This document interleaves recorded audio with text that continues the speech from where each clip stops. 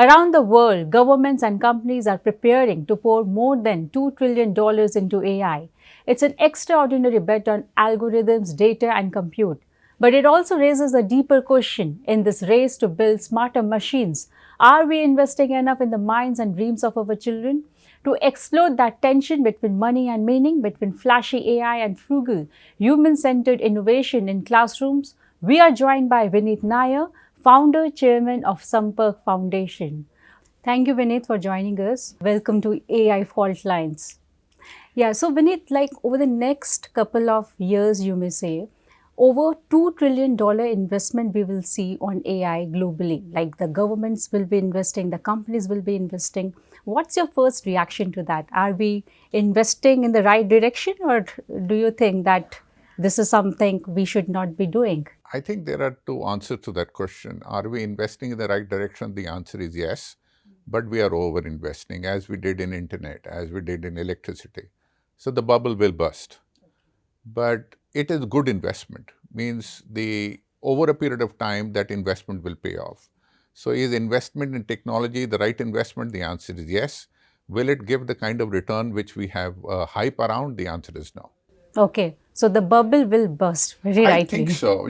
Obviously I'm not I cannot predict the future. But from all arithmetic calculations, if I look at what happened with internet, there was a massive investment in the 90s and the bubble burst in 2000, yet all that investment returned in 2000 onwards, right? The return. So the amount of investment, the amount of percentage of GDP which is going back into data centers, into AI investment is hyped up. The valuation of these companies is hyped up. The reality of this on the ground is that the amount of pilots which the companies are doing using AI to transform their business is very little. The success percentages are also very little. So over a period of time, they will become successful, as is true with any nascent technology.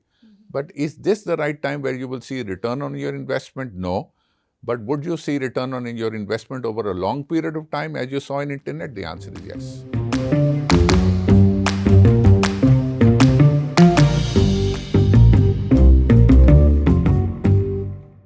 As you come from the education sector, like if we want to invest 1% of this $2 trillion, which are the areas where like you would like to invest in? Right. So the first is that I wish we spent that much money. But to answer that question, let's just move a little bit back in terms of how are things changing, right? So before the internet came in, I still remember when I was doing my engineering, one of the lessons I had to learn was to type, because the final year thesis was supposed to be typed by yourself, and so therefore you have to learn typing. So that skill went out of the door. So a lot of skills because of AI and because of digital are going to go out of the door. And the question to ask is our education system ready? And what kind of investment we need to make in our education system to make the skills ready? The reason I'm talking about that is it is more important to get the right skills rather than get the right technology into schools. So when people say get the right technology into schools, I disagree with you, right? So let's talk about the skills. The skills, the knowledge skills are going away because you can get it on ChatGPT or anywhere else. The application of knowledge to transform is the skill which is going to be relevant for tomorrow. And therefore, our education system has to transform itself from imparting knowledge, physics, chemistry, mathematics, to using the knowledge to solve problems. So it needs to move towards problem solving.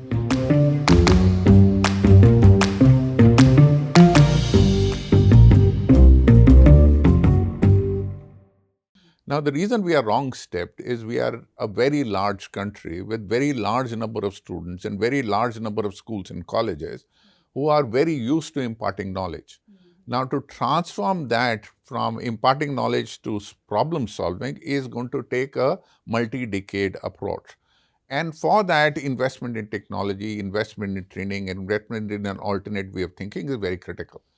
Now, if we approach this as data center investments and saying every school should have some tabletops or laptops, we will completely miss the point. It is not the technology, but the skill which needs investment if we wish to succeed in the age of AI. That's a very valid point. It's not the technology, but it's the skill. So what exactly you are doing, to impart that skill, and what kind of skills are you talking about?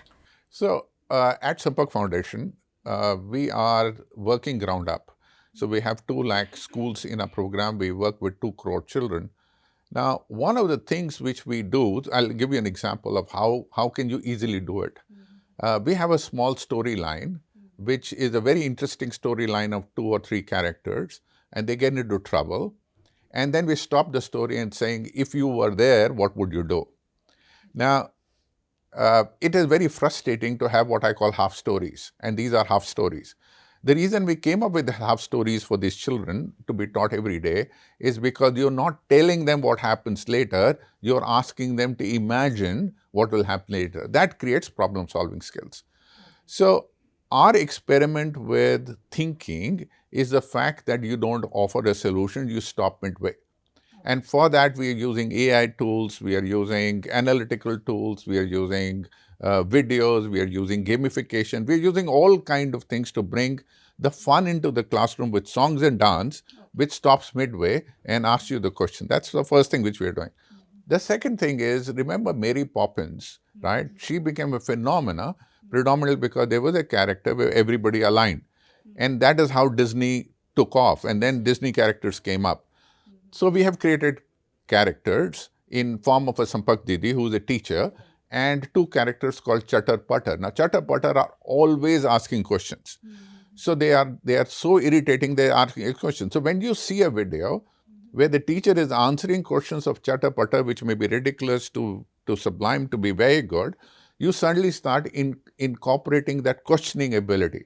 So the way we are teaching math and English and language and science is the old way, but by incorporating this questioning ability, by incorporating these half stories, we are actually transforming the way the mind of these children work, with the hope that when they get into class, higher classes, they will start imagining and solving the problems, and it becomes a habit.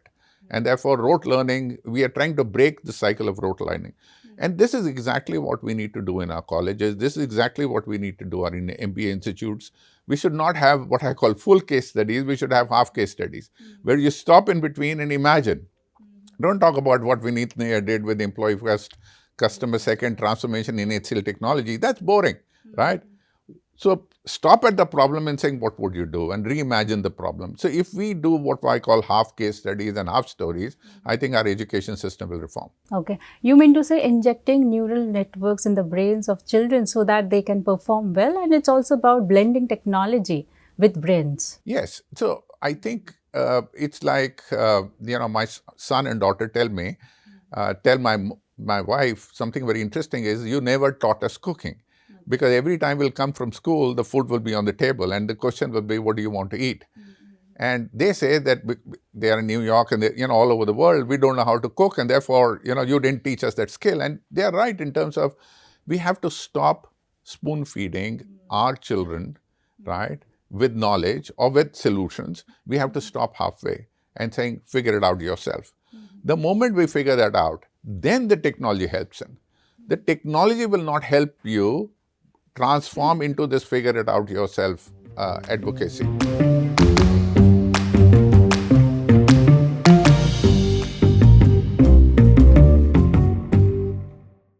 The truth of the matter is, the word couch potatoes, right, are not just meant for sitting, eating chips and watching a movie. It is also couch potatoes in using AI. AI is not bad. AI is a technology. Now, if you want to use that to write your emails, which a lot of people are doing, unfortunately, it's very irritating, or write your articles, then you're a couch potato. AI is a technology which can be used very effectively. Take Excel sheet, right? Excel sheet with pivot becomes an application which auto-computes a lot of things. But Excel sheet can also be used as a calculator. So if you're going to use AI as a calculator, then you are a couch potato. But AI has a capability of a lot more, and therefore to say AI dehumanizes, I think it's wrong. It's a agenda, right? It's something you can use, and it is a tool, and therefore as long as you treat it as a tool, you're a winner. But the moment you make it a master, I don't know with your generation saw this movie called Gods Must Be Crazy, right? So where the Coke bottle drops in, and because they don't know about it, they first make the Coke bottle the god, and then they make the Coke bottle a devil, which is exactly what we are doing AI. Today we are making AI as God. It can outthink the human. It is smarter than the human. It has more IQ than a human. Slowly and then slowly we will also make it a devil. It will dehumanize the human. It will kill the human. We have to take the plug off. I think it's a Coke bottle system. The same God must be crazy is repeating itself. Yeah, that's correct. One another point here is that you are mentioning that AI is the god. So whenever the god comes into the picture, there are demons also.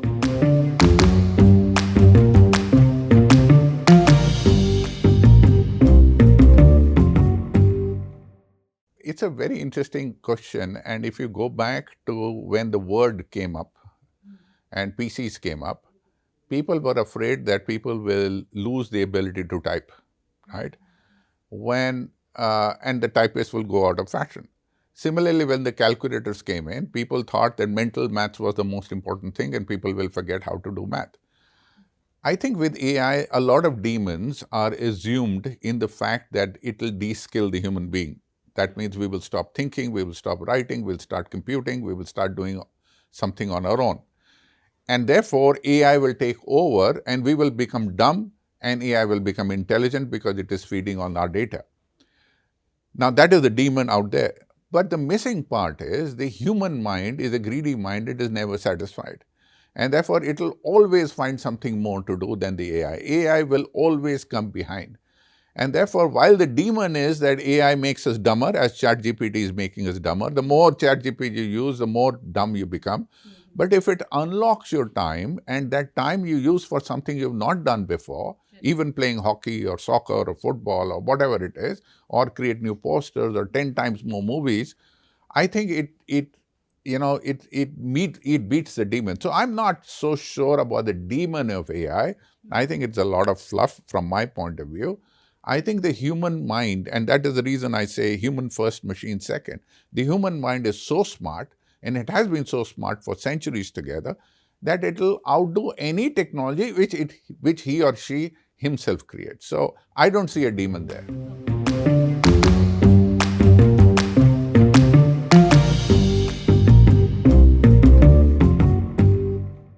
AI examples of what AI has worked are very few, right? It is still in pilot stage, and those pilot states are iffy, I would say. Are they transformative in nature? Not major. In medical field, there are a lot. But I'll give you a use case of what I have implemented over the last 3 years, and it's worked. So one of the issues with government school education is the fact that we don't know what is happening in a classroom. So there is a leading indicator and a lagging indicator. A lagging indicator is when at the end of the year you judge a child.